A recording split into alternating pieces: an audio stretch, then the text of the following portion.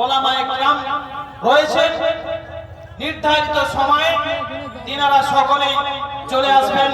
কোরআন এবং হাদিস থেকে আমাদেরকে আলোচনা শ্রবণ করতে হবে। এবারে বক্তব্য পেশ করবেন হযরত আল্লামা মাওলানা মুহাম্মদ আলিমউদ্দিন রাজভী সাহেব মাদ্দাজিল্লাহুল আলী। হুজুরের ইস্তেকবালের জন্য নারায়ে তাকবীরের ধ্বনি উচ্চারণ করব।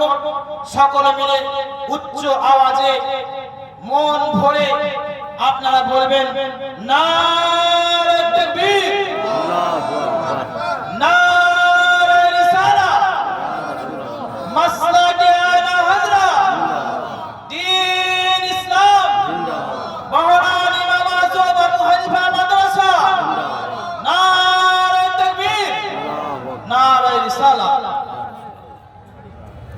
আপনাদের কাছে আমরা জোরহাত করে বলছি, সামনে অনেক জায়গা আছে, গেটের কাছে দাঁড়িয়ে থাকেন, একটু এগিয়ে আসুন। দেখুন এখানে এসে রিপোর্ট করছে, বাইরে বহুত লোক আছে, আপনারা একটু এগিয়ে আসুন, অনুরোধ করে বলছি একটু এগিয়ে আসুন।